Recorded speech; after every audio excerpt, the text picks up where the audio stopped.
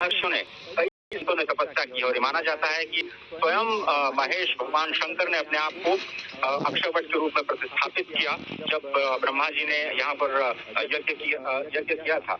ये अक्षय इसलिए कहा जाता है क्योंकि जब सृष्टि का प्रलय होता है तब भी ये अक्षयवट हमेशा ही अक्षय रहता है, अव्यय रहता है, इसका नाश नहीं होता। और यहीं के पत्तों पर भगवान माधव वटस्य पट्टस्य पते शयानम ये कहा जाता है कि वहाँ पर निवास करते हैं। भगवान शिव हमेशा ही वेणी माधव के साथ रहते हैं। यहाँ पर द्वादश माधव हैं जो इस संपूर्ण क्षेत्र की रक्षा करते हैं।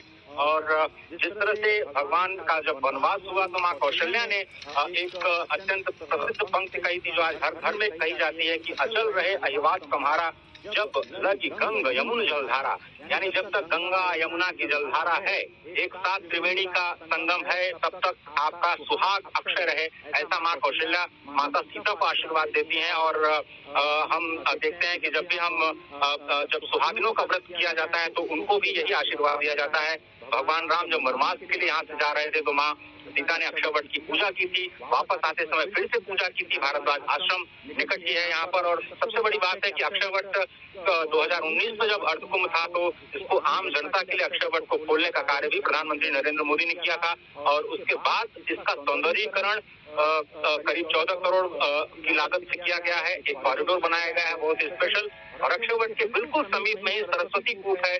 माँ गंगा यमुना तो हमें प्रत्यक्ष रूप से जलधारा के रूप में दिखाई देती है इस त्रिवेणी में, लेकिन माँ सरस्वती सीधे शाम प्रात जब बद्रीनाथ में उनकी धारा पाताल में जाती है तो ऐसा माना जाता है कि वो बिल्कुल पाताल लोक से होती हुई इसी समुद्र कूप में आती हैं और इस समुद्र कूप से नीचे जाकर के त्रिवेणी संगम में अपने आप को समाहित कर लेती हैं।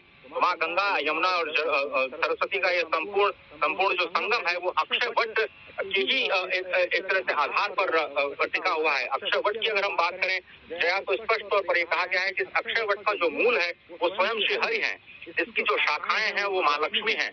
आप अगर इनके पत्तों की बात करें तो वो माँ सरस्वती है। इनका जो पुष्प है वो स्वयं जो भगवान है वो शंकर है और जो ब्रह्मा जी है वो इसके फल हैं। तो इस अक्षयवट की महिमा अत्यंत महनीय है और इसलिए इसका निर्माण किया गया इस कॉरिडोर का कि जो आम जनता है इस अक्षयवट का दर्शन कर पाए। और मुझे लगता है कि देश विदेश से जितने भी सैलानी आएंगे अक्षयवट का जरूर दर्शन करेंगे। पर्यटन को इससे बढ़ावा मिलेगा। मुझे याद आता है कि 2019 में कई सारे विदेशी मिशन को यहाँ पर ले आकर के अक्षयवट की परिक्रमा कराई गई थी। वहाँ के दर्शन कराए गए थे। और स्पष्ट तौर पर जो कहा गया है कि प्रयाग की महिमा ही अक्षयवट की वजह से है। कहा गया है कि जहाँ श्याम वट यानी अक्षयवट अपनी श्यामल छाया से सभी को दिव्य गुणों को प्रदान करते हैं, जहाँ पर वेणी माधव अपने दर्शन से सभी के पाप काट देते हैं, उस तीर्थराज प्रयाग की जय हो। श्यामो वटो श्याम गुणो गृणोति स्वच्छाया श्यामलया जनानाम श्यामा श्रमम कृतंत यत्र दृष्टा तीर्थराजो जयति प्रयाग। स्पष्ट तौर पर अक्षयवट कॉरिडोर का जो निर्माण किया गया है वो तीर्थयात्रियों को त्रिवेणी स्नान के बाद अक्षयवट का जो दर्शन होता है वो अत्यंत शुभ माना जाता है। और यहाँ पर 7 चीजें आपको करनी होती है। अगर आप भी अपना कार्यक्रम बना रहे हैं तो मैं आपको बता देना चाह रहा हूँ कि आपको त्रिवेणी स्नान करना है। त्रिवेणी स्नान में इससे पहले त्रिवेणी माँ का दर्शन करना है। वेणी माधव का दर्शन जो यहाँ पर आज के दारागंज में होता है उसका अत्यंत महत्व कहा जाता है। तो वेणी माधव के दर्शन के साथ साथ सोमेश्वर शिव जहाँ से भगवान शिव अपने आप को स्थापित किया है, स्वयं ब्रह्मा जी ने उनको स्थापित किया है सोमेश्वर लिंग के रूप में। अरेल जहाँ से प्रधानमंत्री ने क्रूज पकड़ी, इलेक्ट्रिक क्रूज निषाद राज नाम की, और किला घाट तक आए हैं, वहाँ पर सोमेश्वर शिव है, वहाँ का दर्शन करना है।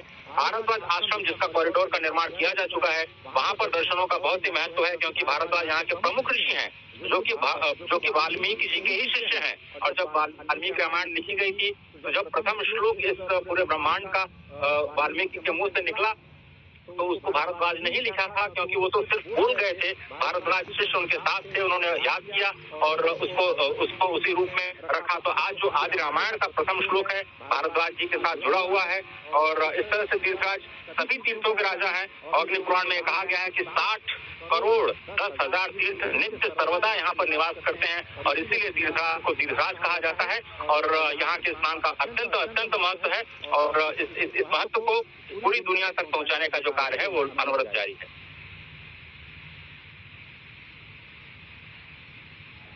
प्रयागराज को एक लंबा इंतजार हम कहें करना पड़ा, वो इंतजार खत्म हो रहा है। जिस तरह से अक्षयवट कॉरिडोर हम सभी देख रहे हैं किस तरह से बना है, और प्रधानमंत्री दूसरी बार बतौर प्रधानमंत्री यहाँ पर पहुंचे हैं और ये दृश्य दिखा रहे हैं कि अब अक्षयवट का पूरा वो जो कॉरिडोर बनने के बाद श्रद्धालुओं के लिए कितना सुलभ और आसान हो जाएगा वहां दर्शन करना, वहां पहुंचना। अक्षय, एक लंबा इंतजार। और अगर हम बात करें अक्षयवट कॉरिडोर का, हनुमान मंदिर, प्रधानमंत्री अब इसके बाद रुक करेंगे, प्रधानमंत्री हनुमान मंदिर कॉरिडोर भी जाएंगे, सरस्वती कूप कॉरिडोर, भारद्वाज आश्रम कॉरिडोर, श्रृंगवेरपुर धाम कॉरिडोर।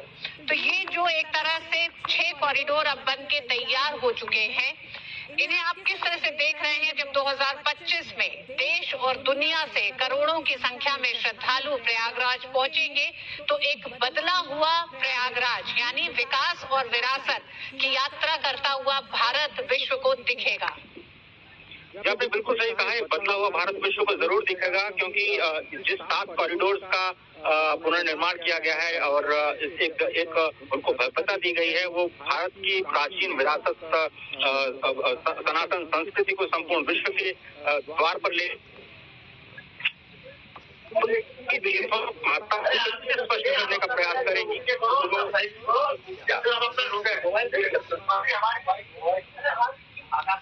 अजय हमारे साथ बने रहेंगे। हमारे साथ स्टूडियो में प्रोफेसर रामराज उपाध्याय जी मौजूद हैं। आप श्री लाल बहादुर शास्त्री नेशनल संस्कृत यूनिवर्सिटी से हैं। प्रोफेसर साहब, आपका बहुत बहुत स्वागत है। प्रोफेसर साहब, किस तरह से आपको लगता है, क्या एक लंबा इंतजार प्रयागराज ने भी किया है और ये बदला हुआ प्रयागराज श्रद्धालुओं के लिए कितना एक तरह से एक सुविधाओं के साथ और श्रद्धालुओं के मन को भाने वाला प्रयागराज? के बारे में जब यह कहा कि माघ मकरगत जब रवि होई, तीरथ पति आवतः सोई। श्री रामचरितमानस में गोस्वामी जी लिखते हैं कि प्रत्येक वर्ष माघ मास में जब मकर राशि पर सूर्य आते हैं तो सभी तीर्थ वहां पर विराजमान हो जाते हैं।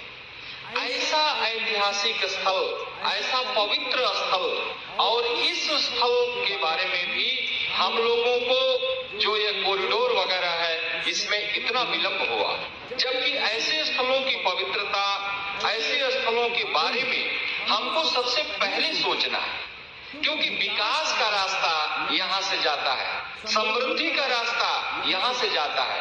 यह एक ऐसा स्थल है जिस स्थल पर आकर लोगों के मन और बुद्धि इत्यादि में इतना बड़ा उनका एक बदलाव आता है, लोगों के विचार में एक वैचारिक क्रांति आती है जिससे वो अपने जीवन को सफल बना सकते हैं। ऐसे स्थलों के बारे में हमें निरंतर और सजग होकर के चिंतन करना है कि कैसे हम यहाँ आने वाले समस्त लोगों को ऐसा प्रफुल्लित कर सकें, या जो सुविधाएं उनको चाहिए वो सुविधाएं प्राप्त हो सकें, जिससे वो अपना भजन, पूजन या हमारे सनातन धर्म में बताई गई जितनी भी वैदिक पद्धतियां हैं उन समस्त पद्धतियों का यथा श्रद्धा, अपनी श्रद्धा के अनुसार, अपनी भावना के अनुसार वो कर सकें, पूजन कर सकें, दान कर सकें, पुण्य प्राप्त कर सकें और अपने जीवन को और उसके साथ समाज के लोगों को सबको एक उत्थान के मार्ग की ओर ले जा सकते। प्रोफेसर साहब, प्रधानमंत्री अक्षयवट स्थल पर हैं और वहां पूजा अर्चना कर रहे हैं प्रधानमंत्री। हम जानना चाहेंगे कि जितना श्रद्धालु देश दुनिया से महाकुंभ के लिए जनवरी से फरवरी के बीच में रहेगा, मौजूद रहेगा भारत में, उसके लिए प्रयागराज में मौजूद होना और अक्षयवट के महत्व को भी आप अगर लोगों को बताएं। देखिए, प्रयागराज की जो महत्ता है वो अक्षयवट से है, क्योंकि कहते हैं कि कालिंद्या उत्तरे कूले, पद्म पुराण की बात है, पद्म पुराण का वचन मैं बोल रहा हूँ। कालिंद्या उत्तरे कूले भागीरथ्याश्च पश्चिमे पटस्य पूर्व दिग्भागे स्नाता की मनुसोचते। तो पटस्य का यहाँ वर्णन आया। यह वट कौन सा वट है? यह अक्षयवट है। तो जब आप संगम की कल्पना करते हैं, जब आप संगम की बात करते हैं, तो बिना अक्षयवट की बात किए वह संगम की बात पूरी नहीं होती। गंगा यमुना सरस्वती का वहां संगम है, लेकिन पद्म पुराण कहता है कि वहां बट का भी संगम है। यह अक्षय बट है और अक्षय बट का संबंध भी समुद्र मंथन से है, जब अमृत कुंभ उत्पन्न हुआ जिसमें 14 रत्न निकले।